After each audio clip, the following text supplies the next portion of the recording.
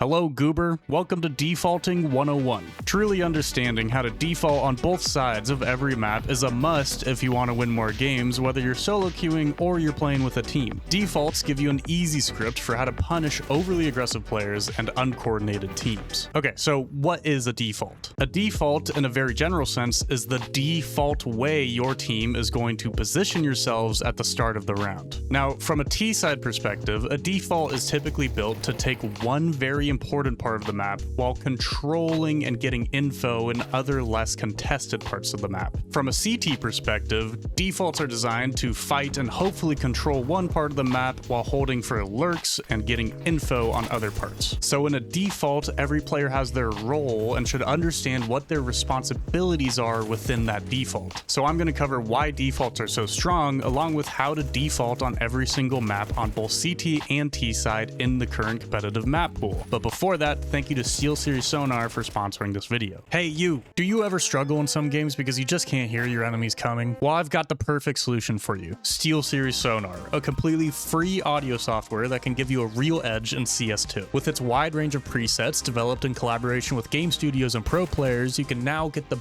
best audio settings to hear your opponent's footsteps with just one click. Thanks to the independent audio control feature, you can find the perfect balance between your game sounds, your music, and your friends' voices on Discord. And the best part? It works with any headset and any microphone. Wait, microphone? Yes, with Sonar you can turn your headset microphone into a clean, crisp, and pleasant sounding microphone. So don't wait any longer. To gain a real advantage over your opponents, download SteelSeries Sonar using my link in the description. And as a bonus, you can use my code Wilson20 to get 20% off the entire SteelSeries website.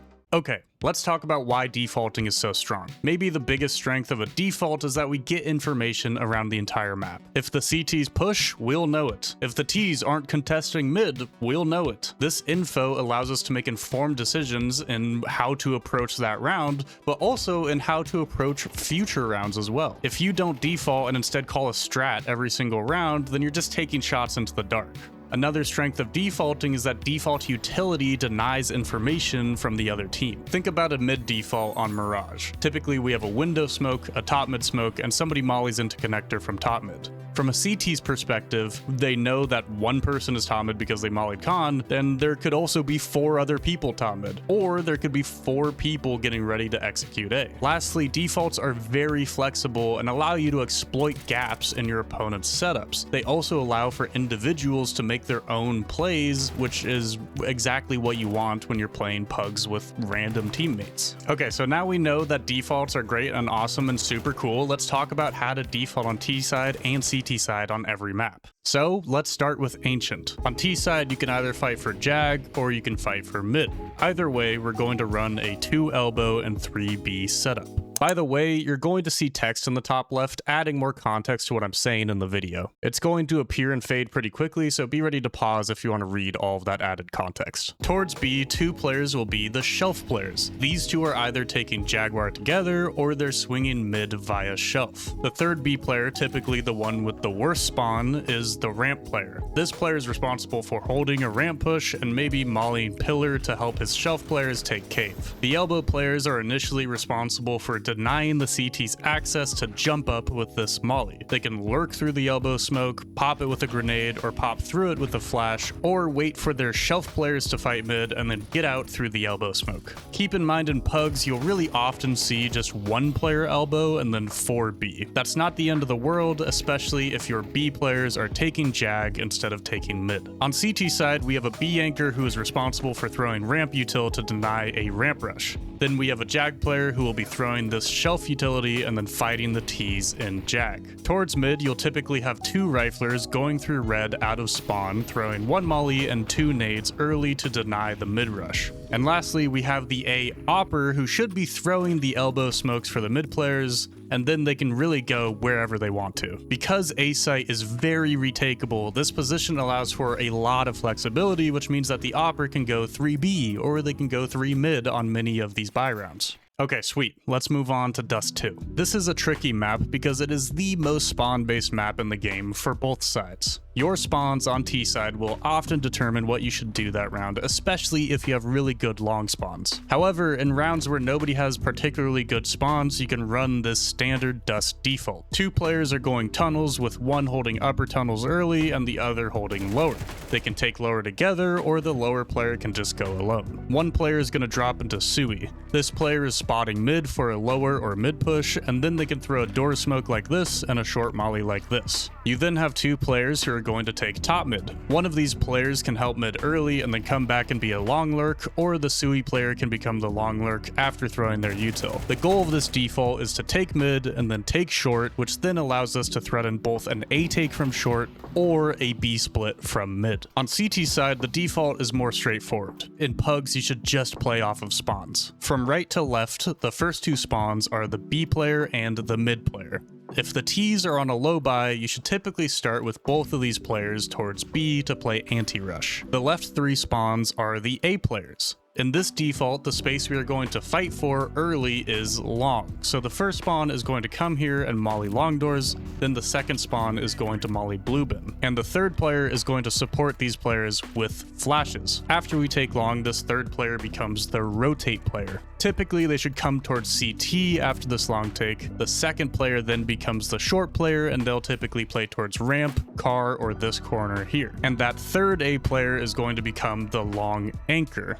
Once you have taken long, giving it up is really often not worth it unless it's super obvious that the T's are on the other side of the map. You can also get into a double short setup after the long take, but keep in mind your timing might be bad if you want to do this after fighting and flashing for long. Now let's talk about Inferno. On T-side Inferno, there are really two spaces we want to fight for, car and bracket. There are defaults designed to take these spaces, and I'm going to focus on one that is designed to take car early. For this default, we're going to have two banana players who get into banana early and are going to work together to take car. Next, we have a ramp player who is spotting mid early and is also here to support the banana players with flashes or just by holding car. Then we have the boiler player who is going to come through second mid and then up into boiler, and they're taking apartments with the apps lurk who is going to come via these stairs here. This way we have numbers towards banana early, but can maintain apartment space that allows us to come back to brackets later in the round after we've taken car. On CT side, we have two B players who are typically fighting for banana control early. There's the arch/long opper who can also start at B if needed,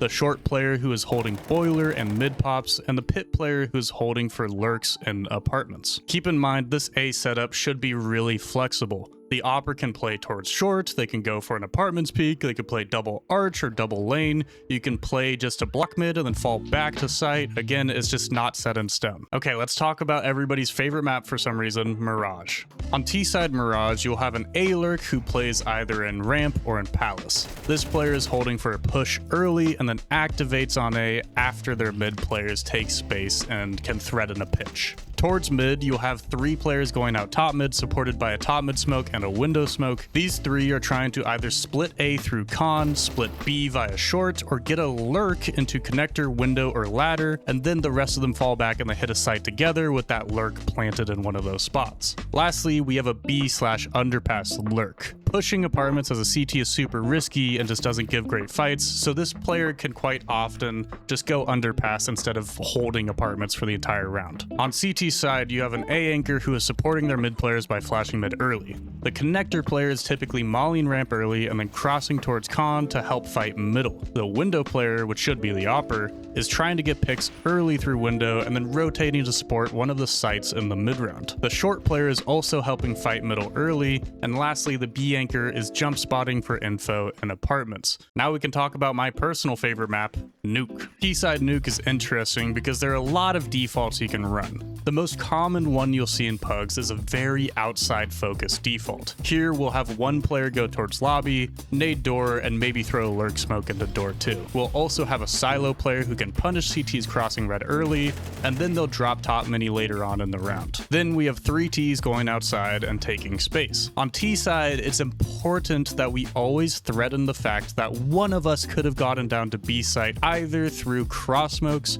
or a lurk smoke next to vent. This forces a rotate from CTs and makes life much easier for Ts in the mid round. On CT side, we have a ramp player who is trying to shut down rushes early and lurks in the mid round. On A site, there's an A anchor who is typically back site, top silo, or top hut. Then we have the door player, not the mini player. Mini isn't a default position, who is responsible for holding door from Tetris, from Asia, from top hut, or maybe from mini. Next, we have the outside rifler who can play a multitude of positions. This player is trying to get kills, yes, but sometimes even more importantly, just get information. And lastly, we have our Heaven Opper. As with all op positions on CT side, this player has a lot of freedom and flexibility to start the round wherever they see fit. You'll often see CT oppers on Nuke go double outside or double ramp a lot. Let's hop on the plane and fly to Germany because now we're talking about Overpass. T side, the big space that we want to take and need to take on Overpass is middle. Because of this, we default 3 players towards mid. The 4th player is going to connector early, while the 5th player is going to lurk B. One of these mid players can be the swing player, so some rounds they can go with the B lurk and help them take short, or they can go double connector to take it quickly, or they could just go mid. Having mid then makes it really uncomfortable for CTs to stay in connector because they can easily get split, and once the Ts take con, then it is really uncomfortable for CTs to hold on to short because now they could be split through short tunnel and connector. So the idea is that we take middle, now we can split connector and take connector control. Once we have that, we can split short and take short control. Once we have that, now we can execute B from short, or we can execute A from bathrooms. On CT Overpass, we have 2 mid players. One is the mid opper and the other is the mid rifler. These two can get into a ton of different setups, but what you'll see most in the early round is the opper towards divider and the rifler towards long bath. Then we have a B rotate who should be throwing the monster smoke every round and nading condor, the B short player who is mollying short tunnel and either aggroing short or jump spotting it or getting boosted. And lastly, the monster player who's playing to deny a monster rush early. If B is quiet, then the B rotate can come back up towards A, and now we're in a comfy 2B3A setup in the mid round. Lastly, and maybe leastly based on player numbers, let's talk about train. T side, 2 players are going to go upper early, deny a CT push from B, and take long dog. Getting this space upper allows for the Ts to split A through long dog or to pop B. 2 players, one of them typically being the opper, plays towards T-con early. Most often, these 2 don't activate until later into the round after the upper players got control of upper B and long dog. The 5th player is the Ivy lurk. This player doesn't have to lurk through Ivy every single round, but they are responsible for pressuring Ivy and making sure CTs don't push it. This way we have info all across the map and have 2 players taking the upper B space and long dog, which is crucial to winning T rounds. CT train is really interesting because it can be played quite loosely. One role that is very consistent is the B anchor. This player is not only responsible for holding B, but should also push upper with a teammate here and there, or at least threaten the push to slow the Ts down from taking long dog.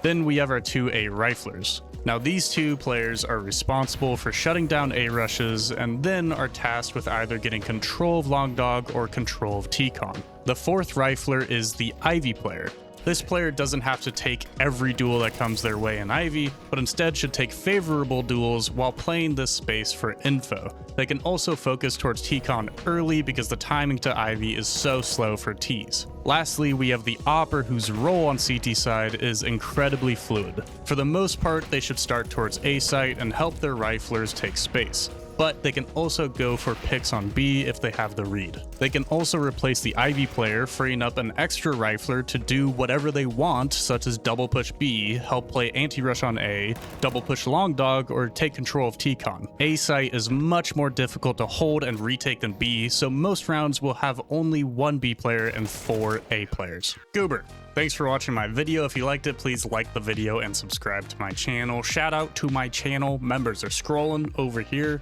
Thank you guys for being channel members and allowing me to be a goober on the internet. Have a great day, and good luck and have fun in all of your future games. Peace out.